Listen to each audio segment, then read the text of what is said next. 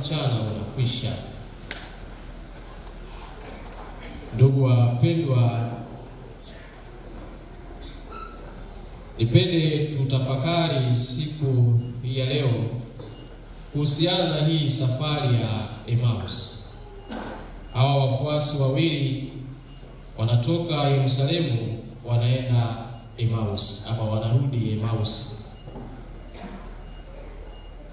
Kadiri ya mwinjili Luka, kitovu cha mambo makubwa ya imani, mambo makubwa yanayotendeka na Yesu Kristo yametendeka Yerusalemu. Kadiri ya Luka, Yerusalemu ndiyo mahali ambapo mateso, kifo na ufufuko wa Kristo vilifanyika. Ndipo mahali ambapo mlo wa mwisho Yesu aliufanya pamoja na wafuasi wake. Na ndipo mahali alipowaambia wafuasi wake wasubirie huko mpaka Roho Mtakatifu atakapowashukia. Kwa hiyo kadiri ya mwinjili Luka, Yerusalemu ni kitovu cha imani. Yerusalemu ndio chimbuko la mambo yote ambayo Kristo anayafanya. Na maandiko yanatuambia Yesu alikaza macho yake kuelekea Yerusalemu. Ilikuwa sio kauli nyepesi, kauli nzito. Kukaza macho, anatambua kwamba kinachoenda kutendeka ni kipi, lakini bado anaishika hiyo njia kuelekea Yerusalemu. Lakini hawa wafuasi wawili ambao naambiwa ni Kleopa pamoja na mwingine ambaye hatajwi jina, mtaalamu wa maandiko wengine wanasema huyu mwingine, mfuasi mwingine, awezekana alikuwa ni mke wake, kwa sababu pale msalabani Kleopa anatajwa pamoja na mke wake. Kumbe baada ya mambo yao kutokea, alimchukua mke wake na kurudi huko kwao Emmaus. Lakini wengine wana comment wanasema kwamba Injili Luka hakumtaja huyu mfuasi mwingine kwa sababu maalum, ili katika nafasi hiyo kila mmoja wetu ajiweke hapa. Kwa nini? Ukiangalia safari hii ya wafuasi wawili wa Emmaus, ni safari ambayo kila mmoja wetu anaisafiri katika maisha yake. Safari ya maisha ya kiroho, kana ikawa ni safari ya maisha ya kijamii, ni safari ya kufuata njia fulani. Tumesikia katika Zaburi kiitikio kwamba utanijulisha njia ya uzima. Wafuasi hao walishika njia.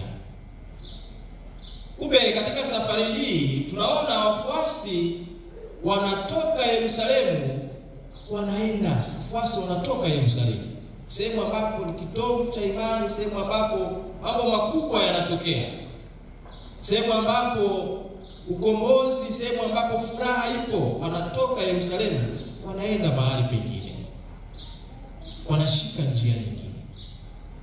Ndugu zangu, shida sio njia. Katika safari zetu tunazosafiri ama tunazotembea katika maisha, tatizo sio njia, ila tatizo ni uelekeo. Wafuasi hawa walisafiri katika njia hii kutoka Yerusalemu kwenda Emmaus, walishika uelekeo ambao sio. Lakini baadaye, baada ya kutambua, wanarudi katika njia hiyo hiyo katika uelekeo tofauti. Kwa nini wafuasi hawa wanatoka Yerusalemu katika kitovu cha imani, kitovu cha furaha, na walitegemea kupata mafanikio makubwa na kuondoka? Kwa nini? Tumesikia katika Injili Kleopa anatoa jibu. Anasema yule ambaye tulikuwa tukimtegemea, kwa lugha ya sasa hivi unaweza kusema kwamba ametulostisha, ametuangusha. Yule Yesu, mtu nabii ambao tulikuwa tukitegemea kwamba atuletee ukombozi katika Israeli, ametuangusha. wamekata tamaa, wanatoka Yerusalemu. Kata tamaa, toka katika kitovu cha imani, kitovu cha furaha, kitovu cha mafanikio, wanarudi katika makazi yao ya kawaida, wanarudi katika hali zao za kawaida. Kumbe kinachowabadilisha mwelekeo, kinachowatoa Yerusalemu ni matarajio, expectations. Zinawatoa kutoka Yerusalemu. Ndugu wapendwa, nasi pia katika maisha yetu tuna malengo fulani, tuna Yerusalemu yetu fulani ambayo tumeitengeneza ama tunaitamani kuifikia. Finalists saizi Yerusalemu yao kuvaa kofia. Ndio Yerusalemu yao, furaha yao. Ndipo ambapo wanapopatazamia hiyo direction walikuwa wanaiona kwa sasa hivi. Lakini inawezekana pia Yerusalemu yako ulifikiria kwamba kuingia katika maisha ya ndoa, sehemu ambapo ina furaha, mafanikio, hivyo expectations ulizokuwa nazo juu ya maisha yako fulani, hii ya kiroho, ya kijamii, ya kiuchumi, una matarajio fulani. Hao wanafunzi wanatoka naenda huko sehemu nyingine, wamekatishwa tamaa. Wamekatishwa tamaa. Ndio maana anasema kwamba katika safari yetu pia na mimi na wewe tunasafiri katika hii safari ya Emmaus. Kila mmoja yupo katika hii njia, ila the issue is a direction. Je, unatoka Yerusalemu kwenda Emmaus ama unatoka Emmaus kwenda Yerusalemu? That's the problem. Njia ni ile ile, direction ni tofauti. Kumbe kila mmoja ajichunguze, ni wapi uelekeo wake? Toka Yerusalemu kwenda Emmaus ama anatoka Emmaus anaenda Yerusalemu? Hao wanafunzi wanatoka Yerusalemu wanaenda Emmaus, wamekatishwa tamaa. Yule aliyekuwa kimtegemea amewaangusha, wanaona amewaangusha. Na shida iliyopo kati ya hawa ni kwamba Kleopa pamoja na huyu mfuasi mwingine sema walikuwa na data. Walikuwa na data. Ndio maana wanapoanza mazungumzo na Yesu, wanaanza kueleza vizuri kabisa. Huyu mtu alikuwa nabii, anafundisha, anafanya hivi. They had data. Data walikuwa nazo. Ila hizo data hawakuzi actualize katika maisha. Kwa hiyo wakati mwingine na sisi pia tuna data kuhusu mambo fulani, tuna data kuhusu maisha ya ndoa, tuna nadharia kuhusu maisha ya kiroho, tuna nadharia kuhusu mambo ya haya na pale, tuna nadharia kuhusu mambo ya uongozi. Lakini tatizo ni kwamba nadharia hizo ama data hizo tulizokuwa nazo hatuziweki katika actuality ama katika uhalisia. Wanaeleza vizuri kabisa yaliyotokea, lakini kitu cha kuvutia ni kwamba hawa wanatoka wanarudi huko kwao. Kama mimi na wewe tunapotoka Yerusalemu, za Yerusalemu inaweza ikawa kama hapa kanisa Katoliki. Ni wangapi ambao wanatoka kanisani wanaenda sehemu zingine huko pata vitu fulani, wanatoka kanisani wanaenda, unaona huko kanisani kama hawapati yale zile expectations zao, hasijibiwi yale maswali yao, hayapati majibu sahihi. Yupo labda katika kazi anayofanya, lakini anaona ile kazi anayoifanya bado haijampatia majibu sahihi. Unacheo walichokuwa nacho kama vile bado hakimtoshi, yani expectations baba.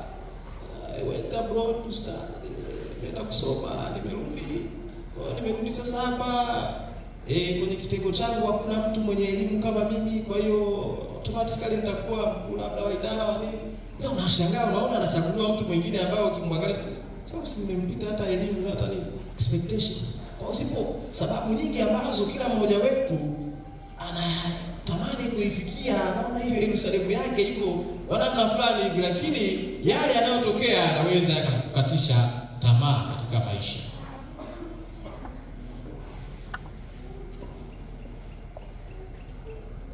Huko kanisani sisi, usipoelewa hiyo itakutesa sana. Upande wetu si mapadi na watano. Unaweza ukaenda huko ukasoma degree, PhD, hata ukaandaa 7-8 ukarudi ukaambia sasa sister, regardless your PhD, your whatever you have studied, please take care of the children here, take care of our kindergarten, take care of it. Sasa a doctor taking care of kindergarten. Kwa hiyo kuna hizo expectations pia tunazokuwa nazo katika maisha. Lakini uhalisia tunaokutana nao mara nyingine unatuangusha, unatukatisha tamaa hata ya kuendelea na safari. Yesu anaintervene katika safari yao hawa waliokata tamaa. Anaingilia kati. Lakini anawafumba macho wasimuelewe ni nani. Na wanaanza kujieleza, na Yesu mara moja anaanza kuambia mwelekeo ulio sahihi. Anaanza kuwafundilia maandiko mpaka yanakamkuta yeye. Ndipo baadaye tunaambiwa wanamwambia kaa nasi. Wanaanza kumtambua, kaa nasi Bwana.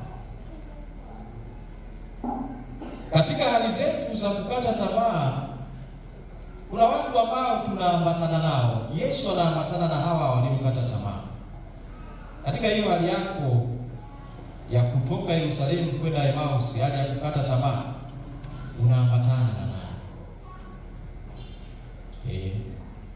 Unaambatana na nani? Hayati Papa Francis katika ule mwaka wa sinodi aliongelea jambo hili. Tembea pamoja, synodality. Kutembea pamoja. Hiyo ndio roho ya kanisa. Kutembea pamoja. Yesu anatembea pamoja na hawa waliokata tamaa. Ndugu wapendwa, mimi na wewe wakati mwingine Mungu anatutumia tutembee pamoja na wale waliokatishwa tamaa, waliokata tamaa katika maisha. Tunawapokea vipi? Yesu anawasikiliza. Tunawasikiliza ama tunasikilizana? Tutembee pamoja, synodality. Najionyesha katika safari ya watu hawa wanaoelekea Emmaus waliokata tamaa. Lakini pia tunaambiwa hawa watu waliumega mkate pamoja na Yesu. Ekaristi Takatifu. Kwanza aliwafungulia neno, kwanza kuwafundisha, mwisho kaumega mkate pamoja nao. Ndicho ambacho tunakiadhimisha katika adhimisho la misa takatifu. Neno la Mungu pamoja na Ekaristi Takatifu ama kuumega mkate. Kwa hiyo hawa waliadhimisha misa pamoja na Yesu. Aliwafundisha neno, baadaye wakaketi wakala. Alipoumega mkate macho yao yalifumbuliwa. Turudi nyuma kwanza katika kitabu cha Mwanzo. Matukio ambayo ni parallel yanafanana, haya yakuwa yanafanana. Katika kitabu cha Mwanzo, wazazi wetu wa kwanza Adamu na Eva, baada ya kula ile chakula, macho yao yalifumbuliwa. Lakini katika hali hiyo ya kufumbuliwa macho yao, waliona aibu yao. Walikula chakula, waliona aibu yao. Lakini Yesu anapokuja kula chakula na hawa wafuasi wa Emmaus ambao wamekata tamaa, macho yao yanafumbuliwa, wanaona utume wao nini cha kufanya. Tunajifunza nini wapendwa? Tunakula chakula gani? Unakula chakula gani? Na wataalamu wanasema kile unachokula ndivyo unavyokuwa. Tunakula chakula gani? Kwa maana ya kwamba neno la Mwenyezi Mungu. Zangu wapendwa, sasa hivi tumekuwa ni watu wa kufakamia kila aina ya msosi. Tayari kwa afya. Neno la Mungu. Kisikia leo mtu fulani huko amejitokeza na shida ambayo ipo miongoni kwa Wakristo wetu ni kwamba mimi nitaenda kanisani leo kusikiliza, naenda kanisani kwa ajili ya Ekaristi Takatifu, lakini neno nitaenda somewhere kulipata huko. Nenda kulipata huko somewhere. unakula chakula gani? Unakula lile tunda kule bustanini, macho yako yafunguliwe kuona aibu yako, ama unakula nalishwa neno la Mwenyezi Mungu pamoja na Ekaristi Takatifu, ili basi kutambua utume wako, kutambua namna yako ya kuweza kuishi. Kwa ndugu zangu, ni wasi safari hii ya Emausi, watu hawa baada ya Yesu kujifunua, Yesu kuwa pamoja nao na kumtambua, walirudi mara moja Yerusalemu katika kitovu cha wokovu. Walirudi tena Yerusalemu. Naambiwa mwendo wake kwa kutembea kwa upungui masaa 2 mpaka 3. Kilomita karibia 11 mpaka 12. Haikujalisha kwamba ni hatari kiasi gani watakazokutana nazo, kwa sababu ilikuwa ni muda wa jioni, ishafika usiku. Ila baada ya kubadili uelekeo, mara moja wanarudi kule kule. Mara ngapi tumejikatia tamaa, tumesema mimi haiwezekani tena kurudi katika hali yangu ya kawaida. Haiwezekani tena. Kikubwa tusikate tamaa katika safari yetu. Tukaze macho kuelekea Yerusalemu. Daima tusikate tamaa kutaka kurudi katika hali zetu za zamani, katika kuelekea huko Emausi. Mwenyezi Mungu atusaidie. Pale ambapo tumejiona tumerudi nyuma, tumekata tamaa na tumeanza kutoka Yerusalemu na kusambaa mahali pengine, ni wakati sasa wa kurudi, ni wakati sasa wa kushikana mkono kwa pamoja na kurudi Yerusalemu. Tumsifu Yesu Kristo. Simame tukilia.